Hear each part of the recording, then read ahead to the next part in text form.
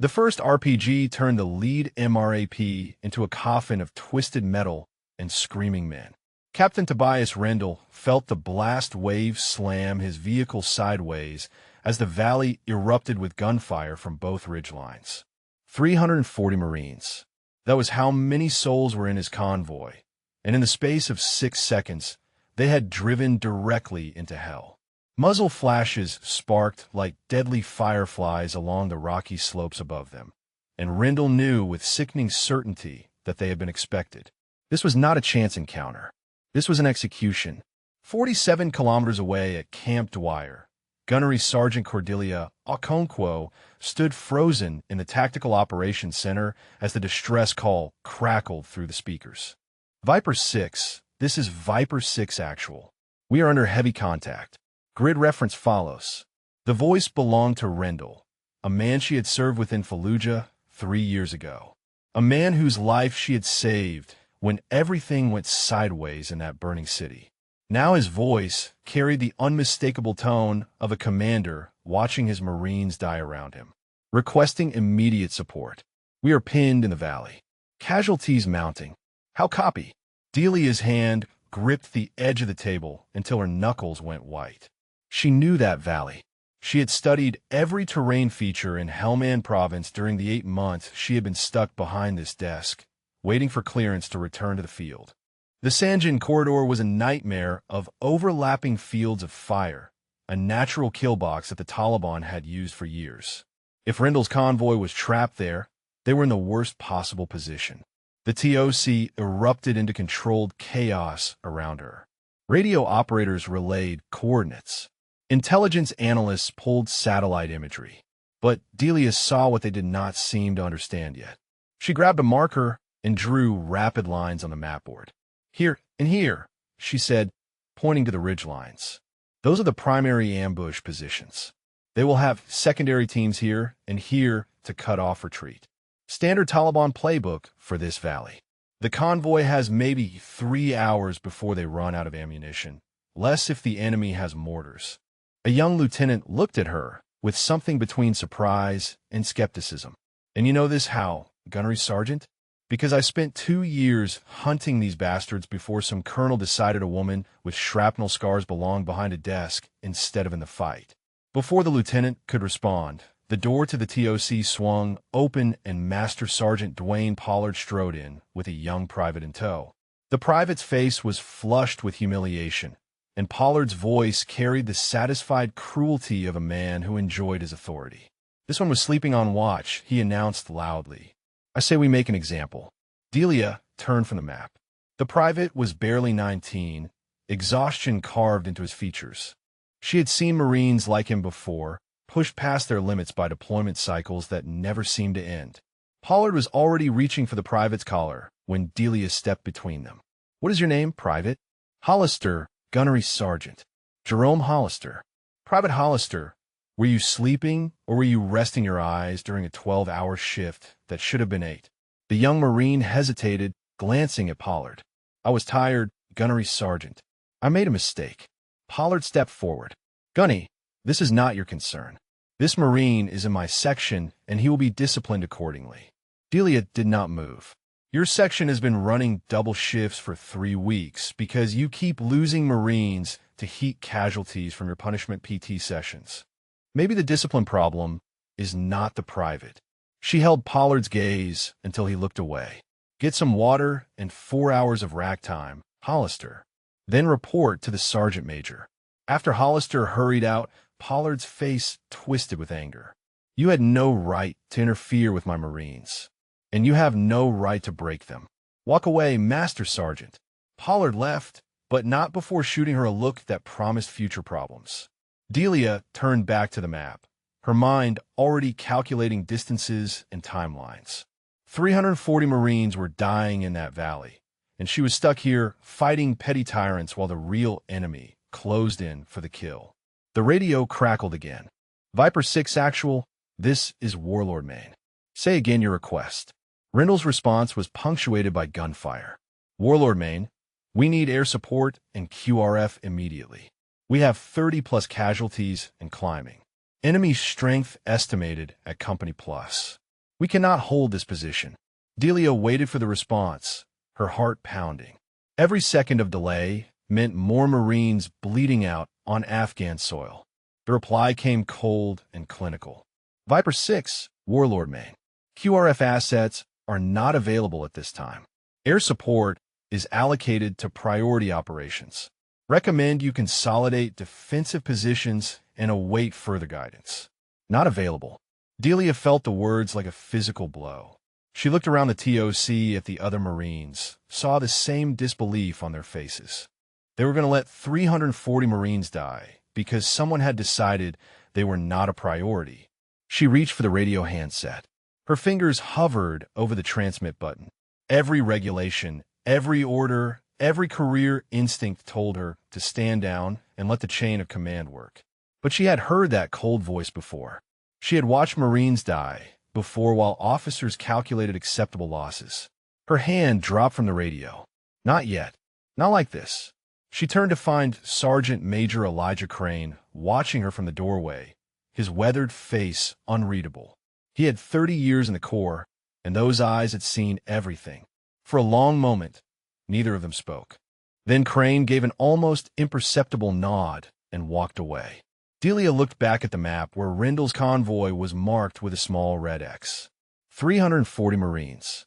And someone had just decided they were acceptable losses. But Gunnery Sergeant Cordelia Okonkwo did not accept that math. She never had. And as she stared at that red X, a plan began to form in her mind. The video link to Camp Leatherneck took 4 minutes to establish, and every second felt like a lifetime. Delia stood at attention before the screen as Lieutenant Colonel Vernon Tate's face materialized in harsh digital resolution. He was a lean man with silver temples and the kind of calculated composure that came from decades of political navigation. His office behind him was immaculate, decorated with commendations and photographs of himself with various generals. Gunnery Sergeant Okonkwo, Tate said without preamble, "I understand you have concerns about the convoy situation. Sir, I am requesting permission to lead a quick reaction force to extract the trapped Marines in the Sanjin corridor. I have tactical knowledge of the terrain and a viable rescue plan." Tate's expression did not change. "Denied, Colonel. With respect, those Marines have approximately 2 hours of ammunition remaining. If we do not act now, we will lose all 340 of them. I am aware of the tactical situation, Gunnery Sergeant. I am also aware that sending additional forces into that valley would likely result in more casualties, not fewer. The enemy has prepared positions and numerical superiority. A rescue attempt would be throwing good Marines after bad." Delia felt heat rise in her chest. "Sir, I have studied that valley extensively. There are infiltration routes along the eastern ridge that would allow a small team to reach the convoy and coordinate a fighting withdrawal. It is not a suicide mission if it is executed correctly." Tate leaned forward slightly, and for a moment something cold flickered behind his eyes. "Let me be clear, Gunnery Sergeant. You're a logistics coordinator currently on limited duty status due to a previous injury. You are not in any chain of command relevant to combat operations. Your request is not only denied, it is outside your authority to make." "Those are my Marines out there, Colonel. Those are my Marines," Tate corrected sharply. "Mine. And I have made the operational decision that a rescue attempt is not viable. The convoy has been instructed to consolidate and hold until air assets become available." "And when will that be, sir?" "That is not your concern. What is your concern is remaining at your post and performing your assigned duties. Do I make myself clear?" Delia's jaw tightened. "Crystal clear, sir." "Good." Tate's image flickered slightly. "And Gunnery Sergeant, I am aware of your record. I know what happened in Fallujah. Do not let your personal history cloud your judgment about what is possible in this situation. Some battles cannot be won." Dismissed. The screen went dark. Before we continue, drop a comment and let us know where you're watching from. Maybe you know someone who served in Afghanistan, or perhaps you have your own story of someone who refused to give up when others had written them off. Delia stood alone in the empty briefing room for a long moment, her hands trembling with suppressed rage. Some battles cannot be won. She had heard those words before, spoken by men who had never bled in the dirt beside the Marines they commanded. Men who calculated lives like balance sheets and called it leadership. She walked back to her quarters through the dusty twilight of Camp Dwyer. The base was quiet, most personnel either on duty or resting before night operations. In her small room, she sat on the edge of her rack and pulled a worn photograph from her cargo pocket. Four faces stared back at her, young Marines covered in Fallujah dust, arms around each other, grinning like they were invincible. 3 of them had not made it home. Delia traced her finger over the face of Lance Corporal Terrence Wade, 19 years old, killed by a sniper's bullet while she was pulling his wounded squad mate to cover. She had promised him she would come back for him. By the time she did, he was gone. Never again. She had sworn it over his body, over all their bodies. She would never leave another Marine behind if there was any chance, any possibility of bringing them home. A knock at her door pulled her from the memory. She tucked the photograph away and opened it to find Sergeant Major Crane standing in the dim corridor, his weathered face cast in shadow. "Mind if I come in, Gunny?" She stepped aside, and he entered, his experienced eyes taking in her sparse quarters with a single sweep. "I heard your conversation with the colonel," Crane said quietly. "Walls are thin around the TOC. Then you heard him shut me down. I heard him make a calculated decision to protect his career at the expense of 340 Marines." Crane's voice carried no emotion, but his words landed like hammer blows. "I have seen his type before. Men who climb ranks by never making mistakes, which really means never taking risks that might expose them to blame." Delia studied him carefully. "Why are you telling me this, Sergeant Major?" "Because I also saw your face when that call came in. I saw the way you looked at that map. You're not the type to let this go, are you? Would you be?" Crane was silent for a moment. "I have a nephew in that convoy, Lance Corporal Marcus Khan. He is 22 years old, and his mother calls me every Sunday to make sure he is still alive." He paused. "So no, I will not let it go either." Delia felt something shift in the room, recognition passing between 2 warriors who understood what duty really meant. "I have a plan," she said slowly. "It is risky. It would require volunteers who understand they might not come back, and it would mean directly disobeying Colonel Tate's orders." Crane nodded slowly. "I figured as much. If we get caught, it is the end of both our careers. Courts-martial, possibly prison. I have 30 years in this Corps, Gunny. 30 years of doing things the right way, following orders, trusting the chain of command." Crane's eyes hardened. "But I did not spend 3 decades becoming a Marine just to watch Marines die, because some politician in uniform decided they were not worth saving." He reached into his pocket and pulled out a small notebook. "I know every supply sergeant on this base. I know which vehicles are scheduled for maintenance and which ones actually work. And I know at least a dozen Marines who would volunteer for a mission like this without hesitation." Delia felt the first spark of hope since that distress call had shattered the morning. "We would need to move fast," she said. 12 hours at most before the convoy is overrun. Then we better get started." Crane moved toward the door, then paused. "Gunny, what happened in Fallujah, the Marines you lost? That was not your fault." Delia's throat tightened. "I know, but the ones I am about to save, those are my responsibility." Crane gave her a look of respect that transcended rank. "Then let us go get our people back." The motor pool at O300 was a graveyard of shadows and diesel fumes.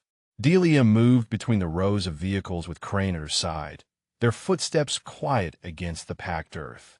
They had 3 hours before dawn and less than 12 before Rendell's convoy would be completely overrun. Crane stopped beside a row of up-armored Humvees. "These were scheduled for maintenance starting tomorrow. Officially, they have transmission issues. Unofficially, they run fine. The motor pool sergeant owes me a favor from Ramadi." "What kind of favor gets us 4 vehicles without paperwork?" "The kind where I did not report his sergeant for running a side business selling fuel to local contractors." Crane shrugged. "Everyone has leverage, Gunny. You just have to know where to look." A figure emerged from behind one of the Humvees, and Delia's hand moved instinctively toward her sidearm before she recognized the face. Staff Sergeant Marcus Adeyemi stepped into the dim light, his dark features calm and watchful. He was tall and lean, with the quiet competence of a man who had learned to solve problems without drawing attention. "Sergeant Major," he said with a slight nod. "Gunnery Sergeant. I heard you might need someone who knows how to make supplies disappear from inventory systems." Delia studied him. "And why would you volunteer for something like that, Staff Sergeant?" Adeyemi met her eyes. "My family came to America from Lagos when I was 7. My father always said that Nigerians and Americans share one thing above all else. We do not abandon our people." He paused. "Also, my cousin is a corpsman attached to that convoy. So this is personal." Delia felt an unexpected connection to this man. Her own parents had made a similar journey, carrying the same values across an ocean. "Welcome to the team, Staff Sergeant." Over the next hour, Crane brought 4 more volunteers to the motor pool. Each one had their own reasons for risking everything. Corporal Yusuf Hassan, a radio operator whose best friend was trapped in the valley. Lance Corporal Destiny Vega, a young communications specialist with fierce eyes and steady hands. Private First Class Jerome Hollister, the same young Marine Delia had defended earlier that day. And Sergeant Diana Kolchak, a combat medic who had already survived 3 deployments and volunteered with a simple nod when Crane explained the mission. 6 volunteers, 7 including herself. It was not enough for a conventional rescue, but Delia had never planned on conventional. She was explaining the infiltration route when footsteps crunched on gravel outside the motor pool. Everyone froze. Delia gestured sharply, and the team melted into the shadows between vehicles. 2 figures in MP armbands walked past the open bay door, flashlights sweeping lazily across the entrance. One of them paused, his beam lingering on the Humvees. "Thought I heard something," he said to his partner. "Probably rats. This place is crawling with them." The MPs moved on, their footsteps fading into the night. Delia waited a full minute before signaling the all clear. "Security is getting curious," Crane muttered. "We need to move faster." Adeyemi pulled out a tablet. Its screen dimmed to minimum brightness. "I have been monitoring base communications. Colonel Tate has requested increased patrols around all vehicle storage areas. He is looking for something," or someone, Delia said quietly. "He knows I am not the type to follow orders I disagree with." Vega stepped forward, her young face tight with urgency. "Gunnery Sergeant, there is something else. I have been listening to intercepted enemy communications as part of my regular duties. The chatter before the ambush, it was wrong." "Wrong how?" "Too quiet. For an operation this size, there should have been days of coordination traffic. Movement orders, supply requests, personnel assignments. But there was almost nothing until 6 hours before the attack." She hesitated. It is like they knew exactly when and where to hit the convoy without needing to plan for it. The implication hung in the air like poison gas. "You're saying someone told them," Kolchak said flatly. "I am saying the ambush was too perfect. The timing, the positioning, the fact that they hit the convoy at the exact point where air support would take longest to reach." Vega shook her head. "That is not luck. That is intelligence." Delia felt cold fury building in her chest. If there was a leak, it meant someone on their own side had sent those Marines into a trap. Someone with access to convoy routes and schedules. Someone high enough in the chain of command to know operational details. Someone like Colonel Tate. She pushed the thought aside. There would be time for answers later. Right now, 340 Marines were running out of ammunition and hope. "We stick to the plan," she said firmly. "Infiltrate through the eastern ridge, link up with the convoy, coordinate a fighting withdrawal to the extraction point. Whatever happened before the ambush, we deal with after we get our people out." Crane nodded approvingly. Spoken like a Marine. Adeyemi looked up from his tablet. "Gunny, I can have the vehicles fueled and loaded within 2 hours. Weapons, ammunition, medical supplies, everything we need for a 12-hour operation. Do it." As the team dispersed to their tasks, Hollister lingered behind. "Gunnery Sergeant, I wanted to thank you for earlier. With Master Sergeant Pollard." Delia looked at the young private, seeing echoes of another young Marine she had not been able to save. "Do not thank me yet, Hollister. This mission is going to be harder than anything you have faced. People might not come back." "I know, Gunnery Sergeant." That is why I volunteered. Hollister straightened. You stood up for me when nobody else would. Now I'm going to stand up for those Marines in that valley. For a moment, Delia saw Terrence Wade's face superimposed over Hollister's features. The same youth, the same determination, the same willingness to risk everything for something larger than himself. Then stay close and follow orders, she said quietly. I'm bringing everyone home this time. The words felt like a promise and a prayer wrapped together. 2 hours until departure. 12 hours until the convoy was overrun. And somewhere in the command structure above her, someone might be actively working to make sure those Marines never made it home. But Gunnery Sergeant Cordelia Okonkwo had made her choice. She was going into that valley, and God help anyone who tried to stop her. 12 kilometers away at Camp Leatherneck, Lieutenant Colonel Vernon Tate sat alone in his office with the door locked and the blinds drawn. The satellite phone in his hand was not military issue. It was a personal device, untraceable, purchased specifically for conversations that could never appear in official records. The situation is contained, he said quietly into the receiver. The convoy has been written off as unrecoverable. No rescue attempt will be authorized. The voice on the other end was distorted, scrambled through multiple encryption layers. And if questions arise about the intelligence warnings, I have already ensured that the relevant communications were removed from the server logs. As far as anyone will ever know, we had no advance warning of enemy positions in that corridor. Tate's jaw tightened. The convoy commander made a tactical error entering hostile territory without adequate reconnaissance. Tragic but not preventable. There was a pause on the line. You understand what happens if this unravels. It will not unravel. Tate glanced at the photograph on his desk, showing him shaking hands with a 3-star general at a promotion ceremony. I have too much to lose and too much invested in this command to let some inconvenient casualties derail my career. The matter is closed. He ended the call and placed the phone in his desk drawer behind a false panel he had installed himself. 340 Marines were dying in a valley 47 kilometers from Camp Dwyer, and Vernon Tate felt nothing but the cold calculation of a man protecting his future. Back at Camp Dwyer, the rescue team worked in focused silence. Adeyemi had performed miracles with the supply system, requisitioning ammunition and medical equipment under falsified authorization codes that would take days to trace. Crates of rifle magazines, grenades, trauma kits, and water containers were loaded into the 4 Humvees with practiced efficiency. Kolchak organized the medical supplies with the grim expertise of someone who had seen too many combat injuries. She packed extra tourniquets, hemostatic agents, and morphine auto-injectors, preparing for casualties she hoped they would not take.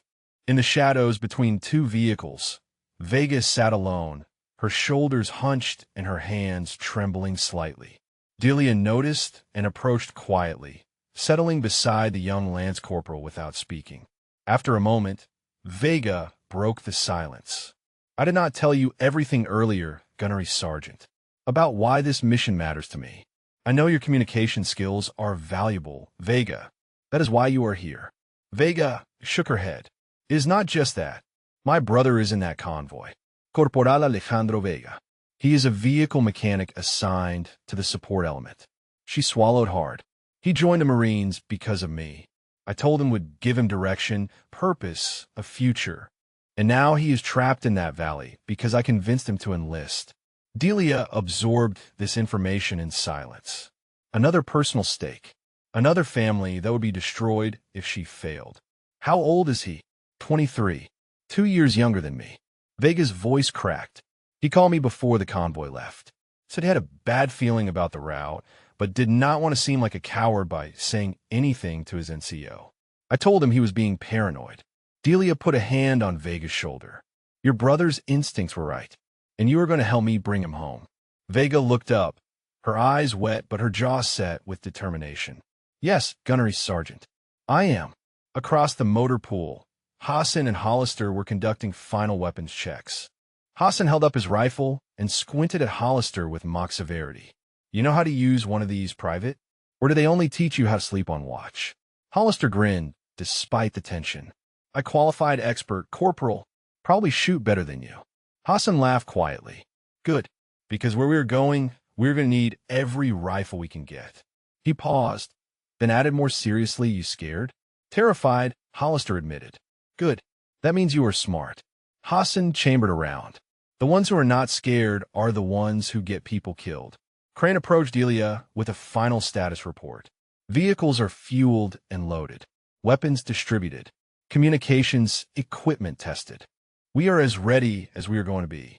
Delia checked her watch. 90 minutes until they needed to depart. The window was closing fast. Adeyemi jogged over, slightly out of breath.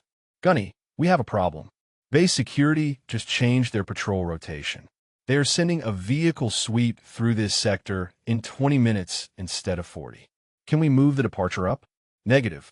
I still need to finish spoofing the gate logs, so it looks like these vehicles are heading to a legitimate supply run at Firebase Griffin. If we leave before that is done, we will be flagged as unauthorized the moment we hit the checkpoint. Delia made a rapid calculation. Then we hide. Everyone, get the vehicles into the maintenance bay and kill all lights. Nobody moves. Nobody speaks until the patrol passes. The team sprang into action. Engines started and vehicles rolled into the darkened maintenance bay at the back of the motor pool. Doors closed. Lights extinguished. 7 Marines pressed themselves into the shadows and waited. Minutes passed like hours. Delia could hear her own heartbeat pounding in her ears. Somewhere in the distance, a dog barked. Then she heard it, the rumble of approaching engines.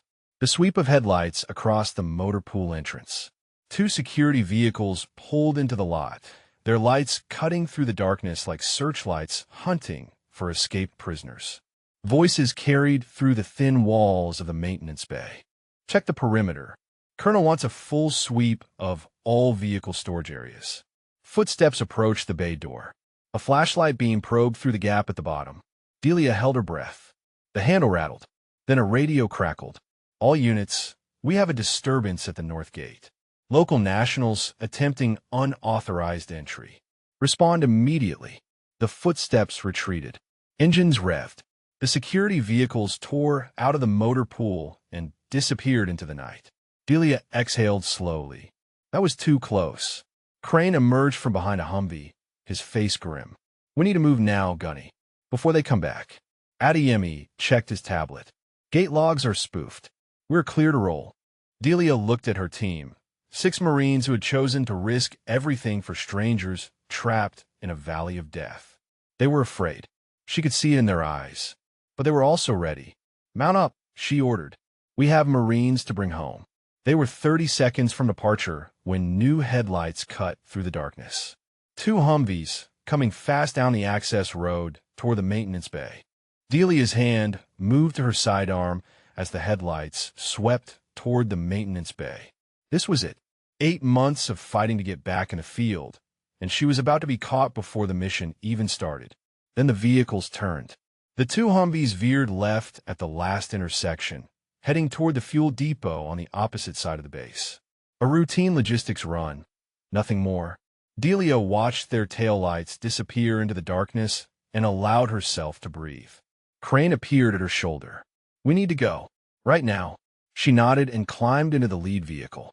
The convoy rolled out of the maintenance bay in a tight formation, for Humvees moving through the sleeping base like ghosts. Adeyemi's spoof credentials worked perfectly at the checkpoint, and the gate guard waved them through with barely a glance at the falsified supply manifest. They were outside the wire within minutes, swallowed by the vast darkness of the Afghan night. The first hour passed in tense silence. Delia rode in the lead vehicle with Crane driving and Hassan monitoring the radio. Behind them, the other 3 Humvees maintained tight intervals, their headlights dimmed to tactical blackout mode. The road was rough, pockmarked with craters from old IED strikes that had never been properly filled. Hassan suddenly held up a hand, intercepting enemy chatter. Multiple contacts moving along the ridge to our east. They are not tracking us, but they are close. How close?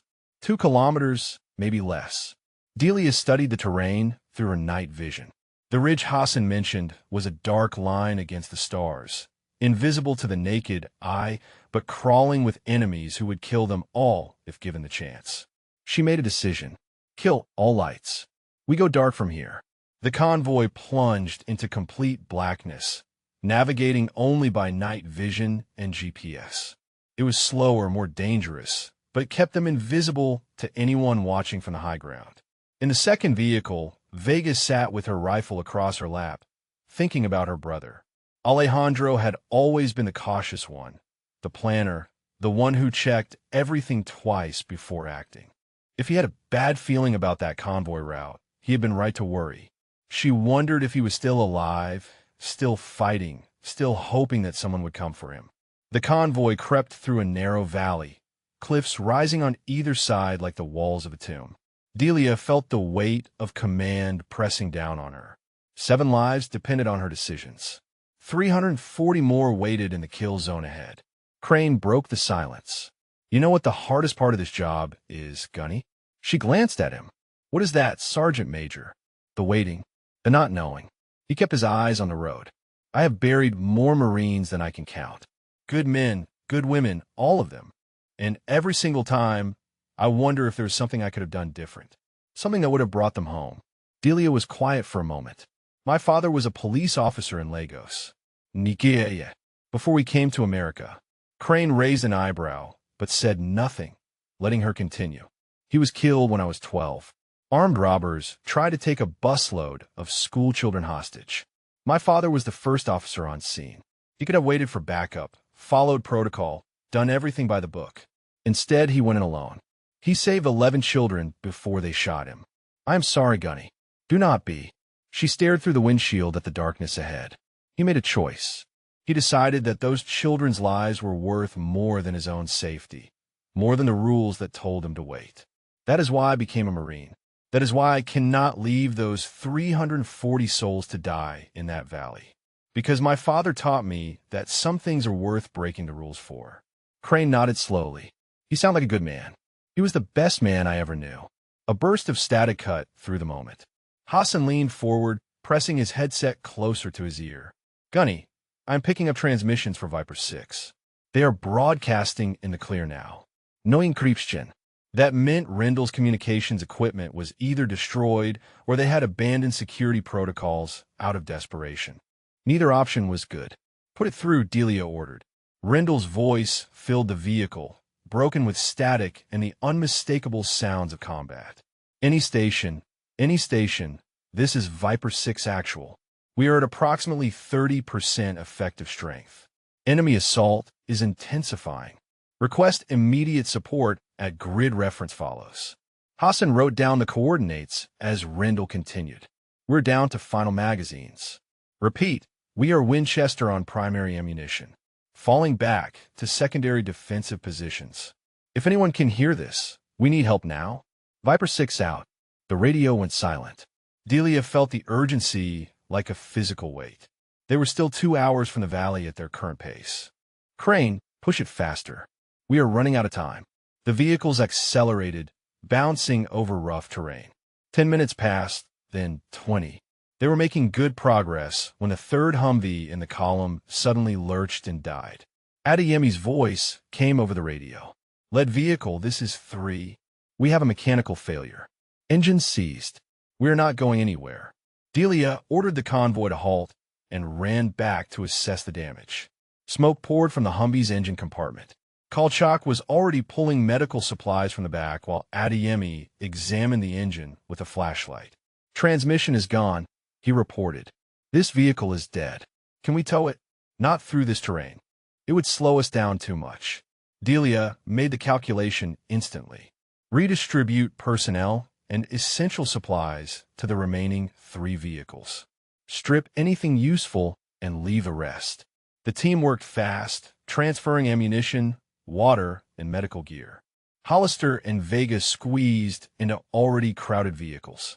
Within 10 minutes, they were moving again, but now they had 1 less vehicle, less capacity for casualties, and less margin for error. Crane looked at her as they rolled forward. We just lost a quarter of our transport capacity, Gunny. I know. If we take heavy casualties in that valley, we might not have room to bring everyone out. Delia's jaw tightened. Then we make sure we do not take heavy casualties. But even as she said the words, she knew the math was getting worse. 3 vehicles, 7 rescuers, 340 Marines waiting in a kill zone. And somewhere ahead, the enemy was waiting too. The convoy pushed deeper into hostile territory as the first hints of dawn began to gray the eastern horizon. They had been moving for 4 hours, and every minute that passed meant more Marines dying in the valley ahead. Delia checked her watch obsessively, calculating distances and timelines, knowing that the math was growing worse with every heartbeat. Adeyemi had been quiet for the last hour, hunched over his tablet in the back of the lead vehicle, scrolling through intercepted communications with growing intensity. Finally, he leaned forward, his voice tight with barely controlled fury. "Gunny, you need to see this." "What is it?" "I have been monitoring encrypted traffic from Camp Leatherneck. Using some access codes I probably should not have." Adeyemi handed her the tablet. "There is a communication thread from 48 hours before the convoy departed. Intelligence assessment from Regional Command." Delia took the device and read the glowing text, her blood turning to ice with every word. The report was comprehensive and damning. Regional intelligence assets had identified significant enemy movement in the Sanjin corridor 3 days before the convoy was scheduled to transit.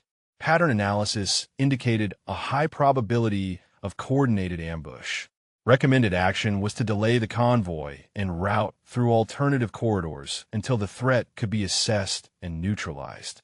The distribution list showed the message had been sent to Lieutenant Colonel Tate's command staff. The timestamp showed it had been received and opened. There was no follow-up, no route change, no delay. "Tate knew," Delia said quietly. The words came out flat, dead, carrying a weight that seemed to crush the air in the vehicle. He knew there was a high probability of ambush in that valley, and he sent the convoy through anyway. Crane's hands tightened on the steering wheel until his knuckles went white. Why? Why would he do that? Adeyemi pulled up another document. "I found the answer to that, too." The convoy was carrying supplies to Firebase Phoenix as part of a high-visibility resupply operation. General Morrison was scheduled to visit the Firebase 3 days later for a media event showcasing successful logistics operations in Helmand Province. If the convoy was delayed or rerouted, it would not arrive in time for the general's visit. Delia stared at the screen. He sacrificed 340 Marines for a photo opportunity. Not just that. Adeyemi's voice was bitter. If the ambush never happened, Tate would have looked like a decisive commander who pushed through despite intelligence warnings. High risk, high reward. His career would have gotten a major boost. And when it went wrong, Delia continued, he covered it up, deleted the intelligence warnings, blamed the convoy commander for poor tactical decisions. Let them die rather than admit he made a mistake. Hassan had been listening from the radio station, his young face twisted with rage. "We have to expose him. When we get back, we have to make sure everyone knows what he did." "First we have to get back," Crane said grimly. "And first we have to save those Marines he threw away." Delia handed the tablet back to Adeyemi. "Save everything. Copy it to multiple devices. When this is over, Tate is going to answer for what he has done." She turned to face the team through the vehicle's internal radio. "All units, this is lead. You have all heard what we just learned. Colonel Tate knowingly sent that convoy into a kill zone to advance his career. He is letting them die to cover his mistake." She paused, letting the weight of the words sink in. "I will understand if any of you want to turn back. This mission just got a lot more complicated. We are not just defying orders anymore. We are exposing a conspiracy that goes to the top of our command structure." Silence stretched across the radio channel. Then Vega's voice came through, steady and hard. "My brother is in that valley because of Tate's ambition. I am not turning back." Hollister spoke next. "Those Marines deserve to know someone is coming for them. I am in." Kolchak, Hassan, Adeyemi, each voice added to the chorus. No one was turning back. Crane glanced at Delia with something like pride in his weathered eyes. "You heard them, Gunny. We are all in." Delia felt a surge of emotion that she quickly suppressed. There would be time for feelings later. Right now, There was only the mission. The convoy crested a ridge, and suddenly the San Jin Valley spread out before them in the pale morning light. It was beautiful in a terrible way, a winding corridor of brown and gray cutting through the mountains, the kind of landscape that painters might capture if they did not know what lurked in its shadows. From their elevated position, Delia could see the distant smudge of smoke rising from multiple points along the valley floor. That was where Rendell's convoy had been trapped, where 340 Marines had spent the night fighting for their lives while their own command abandoned them. The enemy positions were visible too, dark figures moving along the ridge lines, vehicles clustered at strategic choke points. The Taliban had the valley locked down tight. Getting in would be dangerous. Getting out with hundreds of survivors would be nearly impossible. Crane studied the terrain through binoculars. They have the obvious routes covered, overlapping fields of fire along the main road. Anyone who tries to drive in there is going to get shredded. Delia had been planning for this. She pointed to a narrow cut in the eastern ridge, barely visible in the morning shadows. There, that ravine leads down to the valley floor about 2 kilometers north of the convoy's position. It is too narrow for vehicles, but we can get close enough on foot to link up with Rendell. And then what? How do we get 300-plus casualties out through that ravine? We do not. She traced a route on her map. We push south through the enemy positions, break their perimeter, and extract along the main road once we have cleared a path. That is insane, Hassan said quietly. That is the only way, Delia replied. She looked at each of them in turn. We go in light, move fast, and hit them where they're not expecting. Tate thought these Marines were acceptable losses. We're going to prove them wrong. She shouldered her rifle and checked her ammunition. 48 hours ago, someone decided that 340 lives were worth less than a career. Now it was time to show him how wrong he was. They left the vehicles hidden in a rocky outcropping 2 kilometers from the valley entrance, covered with camouflage netting and guarded by nothing but hope. From here, they would proceed on foot through terrain that wanted to kill them almost as much as the enemy did. Delia gathered her team in the shadow of a boulder, their faces painted with tactical camouflage, their eyes reflecting the weight of what lay ahead. The sun was fully up now, which meant they had lost the cover of darkness. Every step from this point forward would be a calculated risk. The ravine is 400 meters east, she said quietly, pointing to the narrow cut in the ridge. We move in Tubatuo formation. No talking, hand signals only. If we encounter enemy positions, we bypass if possible, eliminate silently if not. Kolchak checked her medical bag one final time. And if someone gets hit, we keep moving. Delia's voice was hard. I know that sounds cold, but if we stop, we all die, and so do the 340 Marines waiting for us. Anyone who falls behind gets picked up on the way out. The team exchanged glances, but no one argued. They understood the math. Before they moved out, Hollister approached Delia with hesitation in his young eyes. Gunnery Sergeant, can I ask you something? Make it quick, Private. You said earlier that you lost Marines in Fallujah. He swallowed. What happened? Delia was silent for a long moment. She rarely spoke about Fallujah, about the weight she carried from that burning city. But something about this young Marine, about the fear and determination warring in his face, made her want to answer. We were conducting a building clearance in the Jolin district. My squad, 8 Marines. We got ambushed in a residential complex, enemy fighters on multiple floors. She paused, the memories flooding back like poison. We fought our way to the roof for extraction, but the helicopter could only take 4 at a time. I sent the first group out, the wounded, and stayed with the rest to hold the position. What happened to them? The helicopter took RPG fire on its return trip. It crashed 3 blocks away. Delia's voice was steady, but her eyes were distant. I led the remaining 4 Marines through enemy territory to reach the crash site. We found survivors, pulled them out. But by the time we got back to the original position, the 3 Marines I had left to hold it were dead. Terrence Wade, Shonda Mills, and James Ochoa. They died waiting for me to come back. Hollister was quiet. I made a promise over their bodies, Delia continued. I swore I would never leave another Marine behind if there was any chance of bringing them home. She looked at him directly. That is why we are here, Private. That is why I will walk into that valley, even if it kills me." She reached into her pocket and pulled out a small object, a worn brass badge with Nigerian police insignia. It was her father's badge, the one he had been wearing when he died, saving those children in Lagos. She had carried it through 3 deployments, through Fallujah, through every dark moment when she needed to remember why she fought. "Take this," she said, pressing it into Hollister's palm. He stared at her. "Gunnery Sergeant, I cannot accept this. This belonged to your father, and now it belongs to you until this mission is over." Delia closed his fingers around the badge. "My father believed that courage is not the absence of fear. It is the decision that something else is more important than fear. You showed courage when you volunteered for this mission. Now show it again by bringing that badge back to me when we get home." Hollister straightened, something hardening in his young face. "I will, Gunnery Sergeant. I promise." The team moved out. The ravine was narrower than it had appeared from the ridge, barely wide enough for single-file movement in some places. They scrambled over rocks and through thorny scrub, every sound amplified in the confined space. Above them, the sky was a ribbon of blue between towering cliff walls. Halfway through the ravine, Crane held up a fist. Everyone froze. Voices, Pashto, coming from somewhere above them.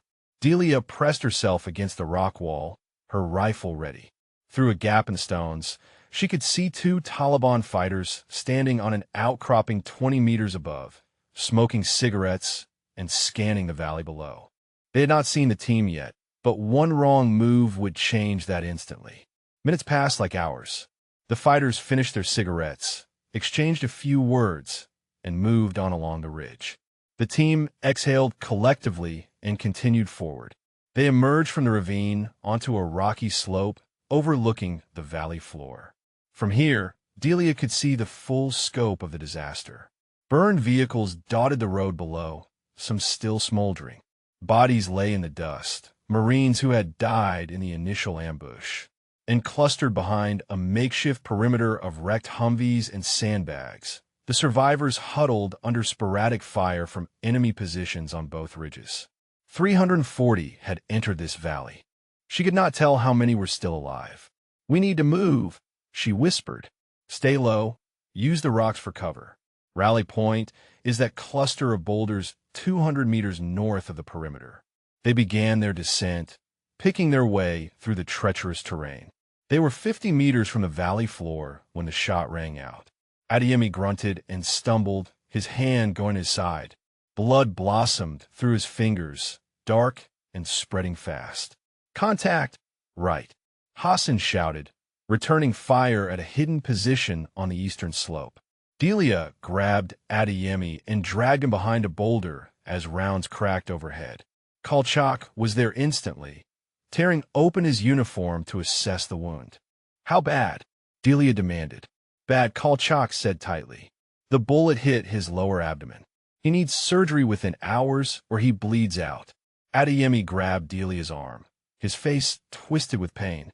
"Gunny, I cannot make it to the convoy. I will slow you down. We are not leaving you. You have to." His eyes were fierce despite the agony. 340 Marines, Gunny. That is what matters. Leave me a rifle and some ammunition. I will cover your descent." Delia wanted to argue, wanted to find another way.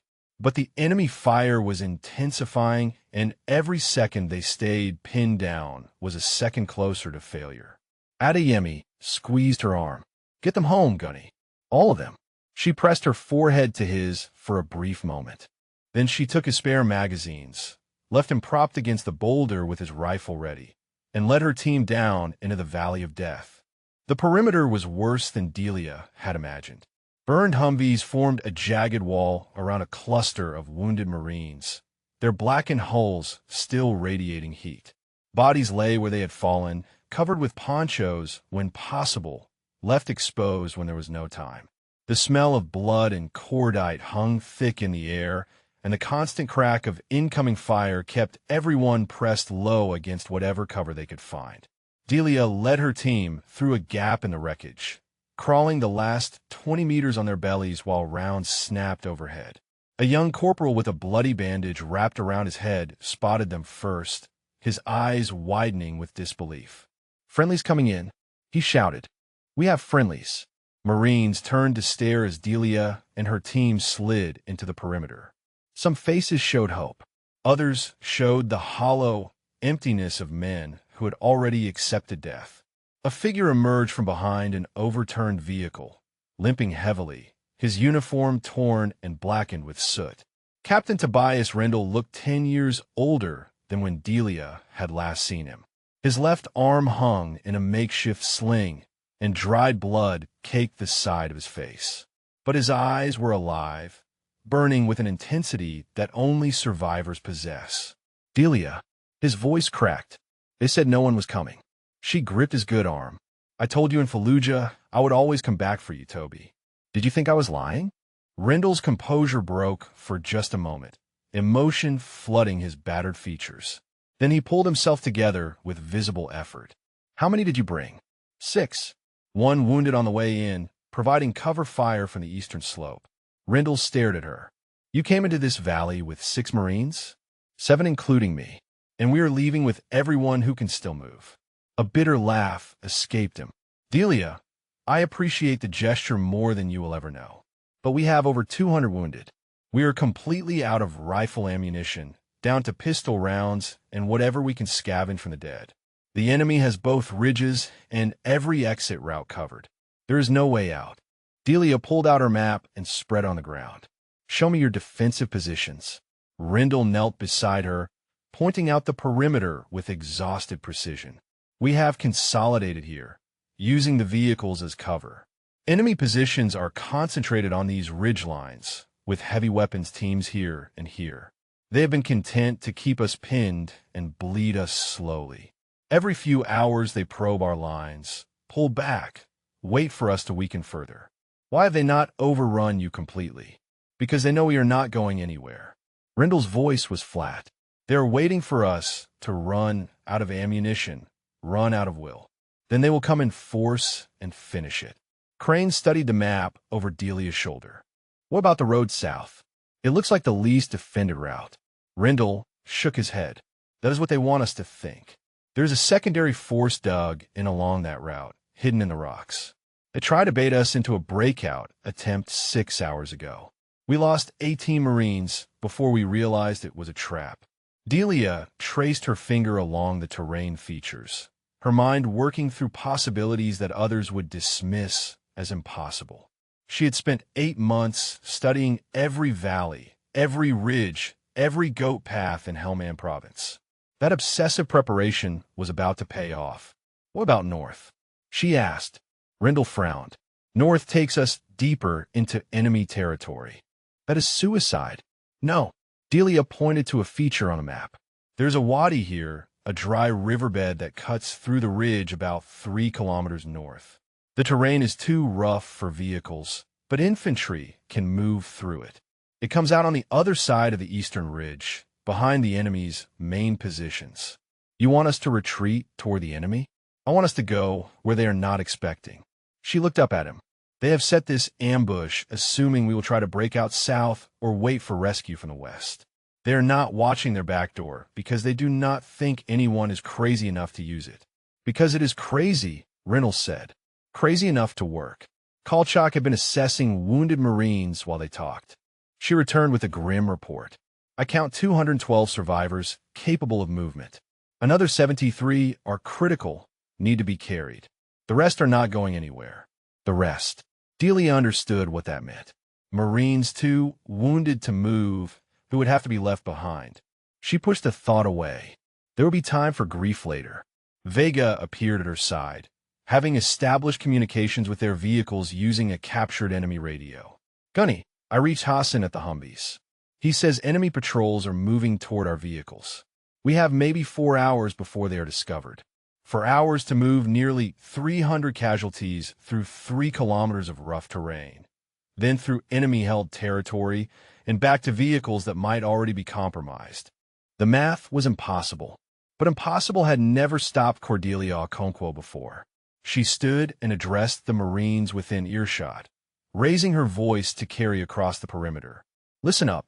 I am Gunnery Sergeant Okonkwo. I came here with 6 Marines because your chain of command decided you were acceptable losses. We're going to prove them wrong. Heads lifted, eyes focused. Even the wounded seemed to draw strength from her words. We are moving north in 30 minutes. Every Marine who can carry a rifle will form the perimeter. Every Marine who can walk will help carry those who cannot. We move fast, we move quiet, and we do not stop until we are on the other side of that ridge. She met Rendell's eyes. Captain, I need you to trust me. Can you do that? Rendell held her gaze for a long moment. Then he nodded slowly. All my life, Delia. Let us get our people home. Delia turned to face the valley, the ridgelines bristling with enemies who thought they had already won. They were wrong. We're coming out, she said quietly. One way or another. The movement began in controlled chaos. 212 walking survivors formed a protective ring around the 73 wounded being carried on makeshift stretchers, ponchos, and the backs of fellow Marines. Delia positioned herself at the front of the column with Crane and Rendell, while Kolchak moved through the formation providing what medical care she could on the move. They slipped out of the perimeter through a gap in the northern wreckage, leaving behind the Marines who could not be moved. Delia had spoken to each of them before departing, pressing what ammunition they could spare into their hands. The unspoken truth hung between them. These men would buy time with their lives so their brothers could escape.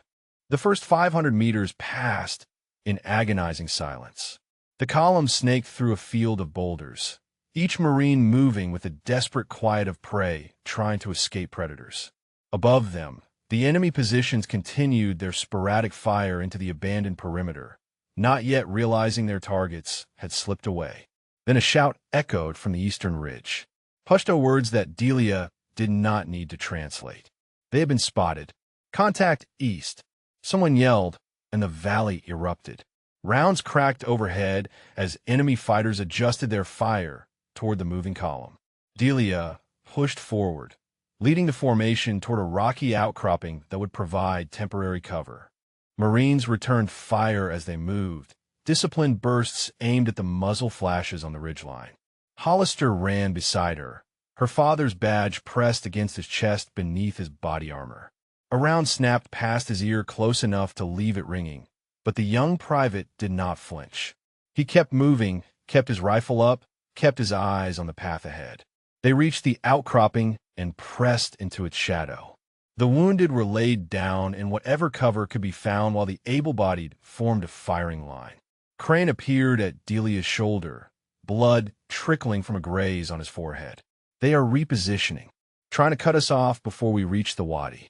How far? 1.5 kilometers. Maybe 40 minutes at this pace. We do not have 40 minutes. Delia scanned the terrain ahead. There, that draw runs parallel to our route. If we push a fire team up the left flank, they can suppress the enemy positions long enough for the main body to advance. That fire team will be exposed the whole way. Delia nodded grimly. I know. I will lead it. Crane grabbed her arm. Gunny, you cannot risk yourself like that. These Marines need you to get them out. These Marines need covering fire more than they need me giving orders. She pulled free and called out 4 names. Marines she had seen moving well, shooting straight. They materialized from the formation. Fear and determination mingled in their eyes. With me, we're going to clear a path. The fire team broke left, scrambling up the rocky slope toward the enemy positions. Delia moved at the front, her rifle barking in control bursts. A Taliban fighter rose from behind a boulder, and she dropped him with 2 rounds to the chest.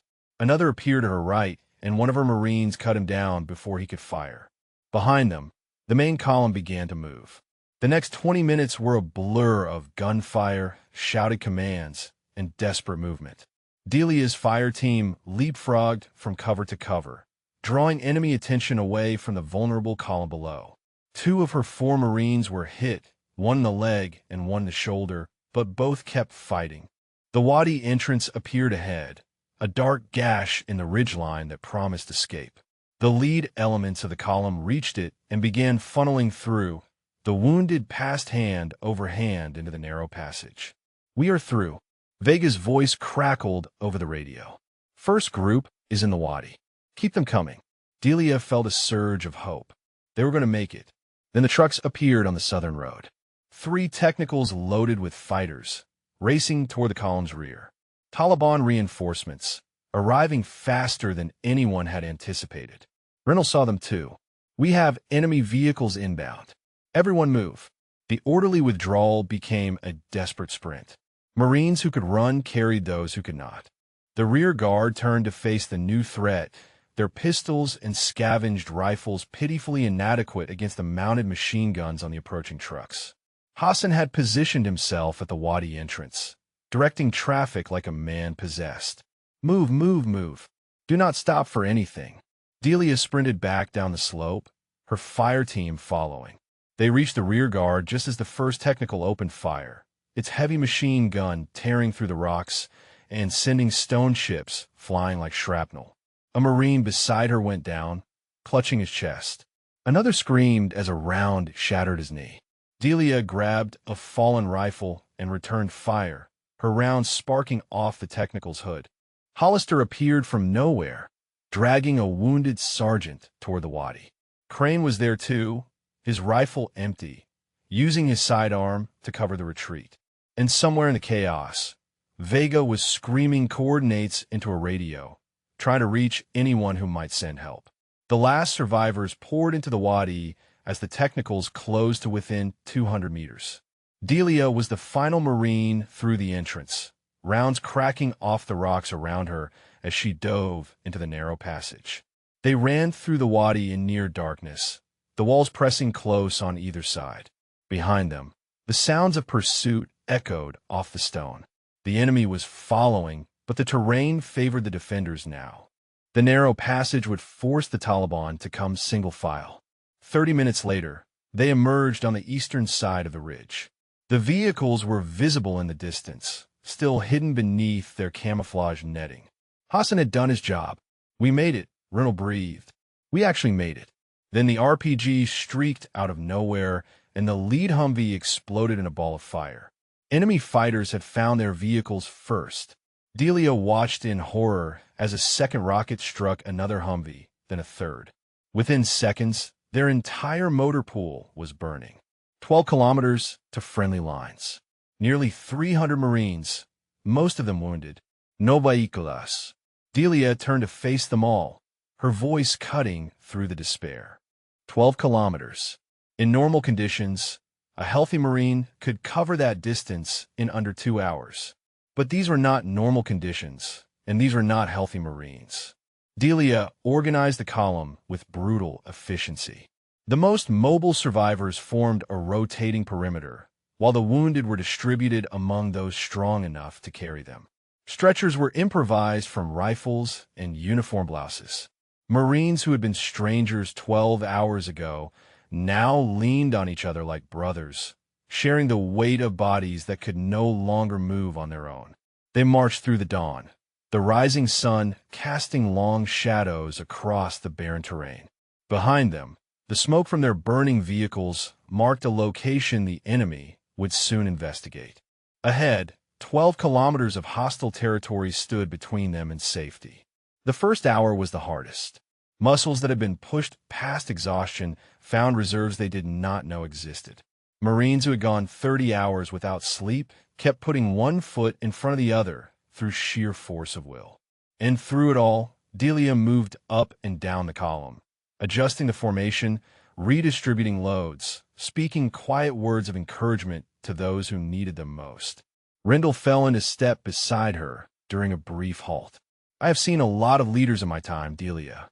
Career officers, academy graduates, decorated veterans. None of them could have done what you are doing right now. She shook her head. I'm not doing anything special. These Marines are saving themselves. I am just pointing the direction. You broke every rule in the book to come here. You risked your career, your freedom, your life. Rendell's voice was thick with emotion. Why? Delia looked at the column of battered survivors stretching out behind them. Because someone had to. Because they are Marines. Because leaving them to die was never an option. A shout from the rear of the column interrupted them. Contact. Enemy fighters, 500 meters, and closing. Delia sprinted toward the threat. A group of Taliban had picked up their trail, moving fast across the open ground. They were outnumbered, but the enemy had the advantage of mobility and fresh ammunition. "Rear guard for a line," she commanded. "Everyone else, keep moving. Do not stop for anything." The rear guard peeled off and took positions behind whatever rocks and depressions they could find. Delia dropped beside Hollister, who was already sighting down his rifle. "Steady, Private. Wait for my command." The enemy closed to 300 meters. 200. Delia could see their faces now, young men with old eyes, hardened by years of war. "Fire!" The rear guard opened up in a coordinated volley. 3 enemy fighters dropped immediately. The others scattered, seeking cover, their advance momentum broken.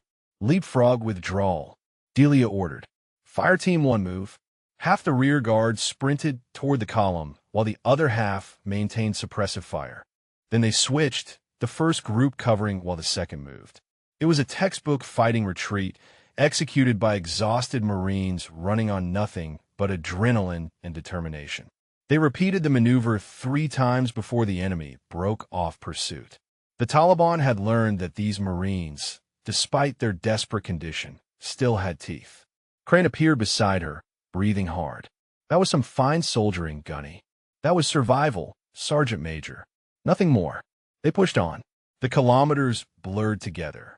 The sun climbed higher, turning the march into an ordeal of heat and thirst.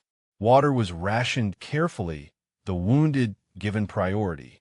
Twice more they encountered enemy patrols, and twice more they fought through, leaving bodies in their wake and collecting new wounds of their own. Vega had been working the radio continuously, trying to reach friendly forces. Finally, during a brief rest halt, her face lit up with hope. "Gunny, I have contact with Camp Dwyer. They know we are coming. They are sending vehicles to meet us at the outer perimeter." "How far?" 3 kilometers. A murmur rippled through the column. 3 kilometers. After everything they had endured, safety was 3 kilometers away. Delia raised her voice so everyone could hear. "You heard her. 3 more kilometers. That is all that stands between us and home. We have come too far to stop now. On your feet, Marines. Let's finish this." The column surged forward with renewed energy. Marines who had been barely conscious found the strength to walk. Those who had been walking found the strength to help carry others. The promise of survival pulled them forward like a physical force. The outer perimeter appeared on the horizon, a line of fortifications and guard towers marking the edge of friendly territory. And beyond it, a convoy of vehicles was racing toward them, dust clouds trailing behind. Delia felt something release in her chest, a tension she had been carrying since that first distress call had crackled through the TOC speakers. They were going to make it.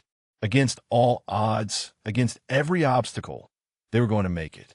The lead vehicle reached them and Marines poured out, fresh faces full of shock at the battered survivors stumbling toward them. Medics rushed forward with stretchers and 4-bags. Someone pressed a water bottle into Delia's hands, and she drank without tasting it. The walking wounded were loaded into vehicles. The critical cases were stabilized for transport, and slowly, painfully, the remnants of the convoy that had been written off as acceptable losses crossed into friendly territory. Rendell found her as the last survivors were being loaded. He did not speak. He simply wrapped his good arm around her and held on, his body shaking with silent sobs. Vega ran past, tears streaming down her face, calling her brother's name. Somewhere in the crowd of survivors, an answering voice called back, and Delia watched as the siblings collided in an embrace that said everything words could not. Crane stood beside her, his weathered face softened by something that might have been pride. "You did it, Gunny. You brought them home." "We did it," she corrected. "All of us." The convoy rolled toward Camp Dwyer's main gate, carrying 312 Marines who had been left to die. The base had turned out to watch their arrival, hundreds of service members lining the road to witness what should have been impossible. But as the gate came into view, Delia's relief turned cold. Lieutenant Colonel Vernon Tate stood at the entrance, his uniform immaculate, his face carved from stone. Behind him stood 4 military police officers, their hands resting on their sidearms. Tate's eyes found hers through the dusty windshield, and she saw nothing there but calculated fury. The vehicles rolled to a stop, and Delia stepped out to face the man who had condemned 340 Marines to death. Tate's voice carried across the gate with the cold authority of a man accustomed to obedience. Gunnery Sergeant Okonkwo, you are under arrest for desertion, theft of military property, and direct violation of lawful orders. Surrender your weapon and submit to custody immediately. Delia stepped forward, her boots crunching on the gravel. She was covered in dust and dried blood, her uniform torn, her body running on nothing but willpower. But she stood straight, her eyes locked on Tate's with an intensity that made the MPs shift uncomfortably. I'm not going anywhere, Colonel. That was not a request. Tate nodded to the MPs. Take her into custody. The 4 military police officers moved forward, their hands on their weapons. But before they could reach Delia, a wall of bodies materialized between them. Sergeant Major Crane stepped in front of her, his massive frame blocking the MP's path. Behind him, Rendell limped forward on his wounded leg. Then Hollister. Then Kolchak. Then a dozen more survivors. Then 2 dozen, forming a human barrier around the woman who had saved their lives. Crane's voice was calm, but carried an edge of steel. These Marines are not going to let you arrest the woman who just pulled them out of hell, Colonel. And neither am I. Tate's face flushed with fury. Sergeant Major, you are interfering with a lawful arrest. Stand down immediately, or you'll be charged alongside her. With all due respect, sir, Crane replied, there is nothing lawful about what you are doing. And there is nothing lawful about what you did to that convoy. A murmur rippled through the crowd of onlookers. Tate's eyes darted nervously to the growing audience of Marines and soldiers who had gathered to witness the confrontation. I do not know what you are talking about, Tate said carefully. Delia stepped around Crane, pulling out Adeyemi's tablet. She held it up so everyone could see. This is an intelligence assessment sent to your staff 48 hours before the convoy departed. It warned of a high probability of ambush in the Sanjin corridor. It recommended delaying the convoy and using an alternate route. That document is classified, Tate snapped. You had no authority to access it. The document was received and opened by your aide, Colonel. You knew the ambush was likely. You sent 340 Marines into that valley anyway, because you did not want to delay a supply run that was supposed to make you look good for General Morrison's visit. The crowd's murmur grew louder. Marines who had lined the road to welcome the survivors now stared at Tate with dawning horror and anger. This is ridiculous, Tate sputtered. I made a tactical decision based on the information available at the time. The intelligence was not conclusive. 28 Marines died in that valley, Colonel. Delia's voice rose, carrying across the gathered crowd. 28 families are going to get the worst news of their lives because you cared more about your career than their sons and daughters. And when the ambush happened, you did not send help. You wrote them off as acceptable losses and deleted the evidence. Tate turned to the MPs. I gave you an order. Arrest this woman now. The MPs did not move. They were looking at something behind Tate, their faces suddenly pale. A new voice cut through the tension, deep and commanding. Stand down, Colonel. Tate spun around. Major General Patricia Harding stood behind him, flanked by 2 officers from the Inspector General's office. She was a compact woman with silver hair and eyes that could cut through steel. Her presence seemed to drain all the authority from Tate's body. General, Tate began, this Marine has committed multiple violations of the Uniform Code of Military Justice. She must be held accountable. General Harding walked past him without acknowledgement, stopping in front of Delia. Gunnery Sergeant Okonkwo, I have been monitoring communications from this sector for the past 12 hours. I am aware of what you did and why you did it. Delia braced herself. Yes, ma'am. I'm also aware of the intelligence failures that led to this disaster. Harding's gaze shifted to Tate, and her voice hardened. Lieutenant Colonel Tate, you are relieved of command effective immediately. You will surrender your sidearm and submit to custody pending a full investigation into your handling of this operation. Tate's face went white. General, You cannot possibly believe the accusations of a junior NCO over a decorated officer. This is a misunderstanding that can be easily explained. The evidence does not suggest a misunderstanding, Colonel. It suggests gross negligence at best and criminal misconduct at worst. Harding nodded to the IG officers. Take him. The same MPs who had been ordered to arrest Delia now moved toward Tate. He backed away, his composure finally cracking. This is not over. I have connections. I know people who will not allow this to stand. Your connections are exactly why I am here personally, Colonel. Harding watched as the MPs took custody of Tate. I do not tolerate officers who sacrifice Marines for political advancement. Not on my command. Not ever. As Tate was led away, the crowd erupted. Marines cheered, embraced, wept with relief. The impossible had happened. Justice, however imperfect, was being served. Vega pushed through the crowd, pulling her brother Alejandro behind her. He was thin and pale, a bandage wrapped around his forearm, but he was alive. She brought him to Delia, her eyes shining with tears. Gunnery Sergeant, this is my brother, the one I told you about. Alejandro Vega snapped to attention despite his injuries. Gunnery Sergeant, my sister says you came for us when no one else would. He swallowed hard. I do not know how to thank you for that. Delia looked at the siblings, at the bond between them that had survived the valley of death. Thank your sister. She never gave up on you. Crane approached as the Vega siblings moved away, wrapped in each other's arms. That was well done, Gunny. All of it. It is not over yet. Delia watched Tate being escorted toward a waiting vehicle. There will be investigations, hearings, testimony. This is just the beginning. Maybe. But those 312 Marines are alive because of you. Whatever comes next, that cannot be taken away. Hollister appeared at her side, pressing something into her hand. It was her father's badge, warm from being held close to his heart through the entire ordeal. I promised I would bring it back, he said quietly. Delia closed her fingers around the worn brass, feeling the weight of her father's legacy. Thank you, Private, for everything. An aide approached and cleared his throat. Gunnery Sergeant Alconquo, General Harding requests your presence in her office. Immediately, Delia looked at Crane, then at the survivors still streaming through the gate. Whatever waited for her in that office, she would face it the same way she had faced everything else.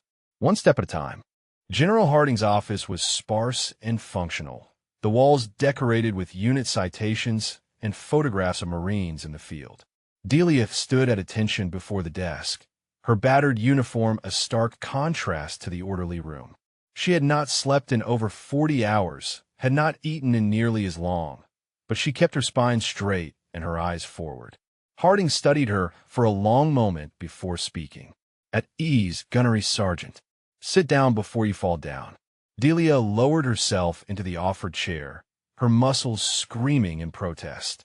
I have read the preliminary reports, Harding continued. You commandeered 4 military vehicles without authorization. You assembled a team of volunteers for an unsanctioned combat operation. You directly violated orders from your commanding officer, and you led a rescue mission that extracted 312 Marines from certain death. Yes, ma'am. Do you understand the position this puts me in? Delia met her eyes. I understand that I broke regulations, General. I am prepared to accept the consequences. Harding leaned back in her chair. The consequences? She was quiet for a moment, then shook her head. Gunnery Sergeant, I have been in this corps for 31 years. I have seen officers and enlisted alike bend rules, break protocols, and occasionally commit acts that technically violated the letter of military law. Most of the time, those actions were self-serving. Occasionally, they were necessary. She stood and walked to the window, looking out at the base where survivors were still being processed and treated. What you did was both unauthorized and absolutely necessary. Lieutenant Colonel Tate made a decision that condemned 340 Marines to death. When he refused to correct that decision, you did what any true Marine should do. You found a way to bring your people home. Delia felt something loosen in her chest, a knot of tension she had not realized she was carrying. Tate is finished, Harding continued. The Inspector General has already uncovered evidence of the deleted intelligence reports. His aide is cooperating fully in exchange for leniency. By the time the court-martial is complete, Vernon Tate will never wear a uniform again. And if I have anything to say about it, he will spend the rest of his career explaining his decisions to a military tribunal. She turned back to face Delia. As for you, Gunnery Sergeant, I'm not going to punish a Marine for showing more courage and integrity than the officers above her. Your actions save lives. That matters more than paperwork. Delia exhaled slowly. Thank you, General. Do not thank me yet. Harding returned to her desk and picked up a folder. I have been reviewing your service record. 3 combat deployments, multiple commendations, a reputation for tactical excellence, and unshakable loyalty to your Marines. And for the past 8 months, you have been wasting away behind a desk because some medical officer decided a shoulder injury made you unfit for field duty. The shoulder is fully healed, ma'am. It has been for months. I know. I had your medical records reviewed this morning. Harding opened the folder. Effective immediately, you are restored to full combat duty status. More than that, I am authorizing your transfer to a unit that could use someone with your particular skills. She slid a document across the desk. Delia picked it up and read it, her eyes widening. MARSOC is standing up a new training cadre for female operators. They need experienced combat leaders who understand what it takes to succeed in special operations. Your name came up repeatedly when I asked for recommendations. Delia stared at the orders, hardly daring to believe what she was reading. You have earned this, Gunnery Sergeant. Harding's voice softened. Go train the next generation of warriors. Teach them what you know. And maybe, somewhere down the line, one of them will do for another trap convoy what you did for this one. Delia stood and snapped to attention. I will not let you down, General. I know you will not. Dismissed. She walked out of the office into the bright Afghan sunlight, the transfer orders clutched in her hand. For the first time in 8 months, the weight on her shoulders felt manageable. Crane was waiting outside, leaning against a concrete barrier with his arms crossed. From the look on your face, I am guessing it was not a court-martial. Delia showed him the orders. He read them and let out a low whistle. MARSOC training cadre. He shook his head with something like wonder. You went from facing prison to shaping the future of special operations in one conversation. Apparently saving 312 lives counts for something. They walked together toward the medical facility where the survivors were being treated. Along the way, Marines stopped to shake Delia's hand, to thank her, to simply nod with respect. Word had spread through the base like wildfire. Everyone knew what she had done. Inside the medical tent, she found Kolchak checking on the wounded. The combat medic looked up with exhausted eyes that still managed to sparkle with satisfaction. Adeyemi is stable, she reported before Delia could ask. The surgeons say he will make a full recovery. Probably be back on his feet in a few months. Delia felt relief wash over her. She had been carrying guilt about leaving him on that ridge, even though there had been no other choice. She found Adeyemi in a recovery bay, his torso wrapped in bandages for lines running into both arms. His eyes were closed, but they opened when she approached. Gunny. His voice was weak but warm. I heard we made it. We made it. All 312 of us. Including you. Adeyemi smiled faintly. I told you to leave me behind. And I told you I was bringing everyone home. Delia squeezed his hand. Get some rest, Staff Sergeant. You earned it. Outside the medical tent, she found the rest of her team gathered in a loose circle. Vega stood with her brother, their shoulders touching. Hassan was sharing a canteen with Hollister. Crane supervised them all with the quiet pride of a patriarch watching his family. These people had risked everything on her word. They had followed her into hell and walked out the other side. The bonds forged in that valley would last the rest of their lives. So what happens now, Gunny? Hollister asked. Now I go train the next generation of operators. Delia looked at each of them in turn. And all of you go back to being the finest Marines in this corps. A helicopter was warming up on the nearby pad, its rotors beginning to spin. Her ride to the next chapter of her life. If you enjoyed this story, share your thoughts in the comments. Tell us about your favorite moment, or if you know someone who showed the kind of courage that refuses to leave anyone behind. And if you have not already, hit that subscribe button so you do not miss the next story. Delia shook hands with each member of her team, holding on a moment longer than protocol required. When she reached Crane, the old sergeant major pulled her into a brief embrace. "Give them hell, Gunny." "Always, Sergeant Major." She walked to the helicopter and climbed aboard. As the aircraft lifted off, she looked down at Camp Dwyer, growing small beneath her, at the figures of her team, still watching from the ground. Her father's badge was warm in her pocket. 312 Marines were alive because she had refused to accept that some lives were expendable. And somewhere ahead, a new generation of warriors was waiting to learn what it truly meant to never leave anyone behind. Gunnery Sergeant Cordelia Okonkwo leaned back in her seat and closed her eyes. For the first time in years, she was at peace.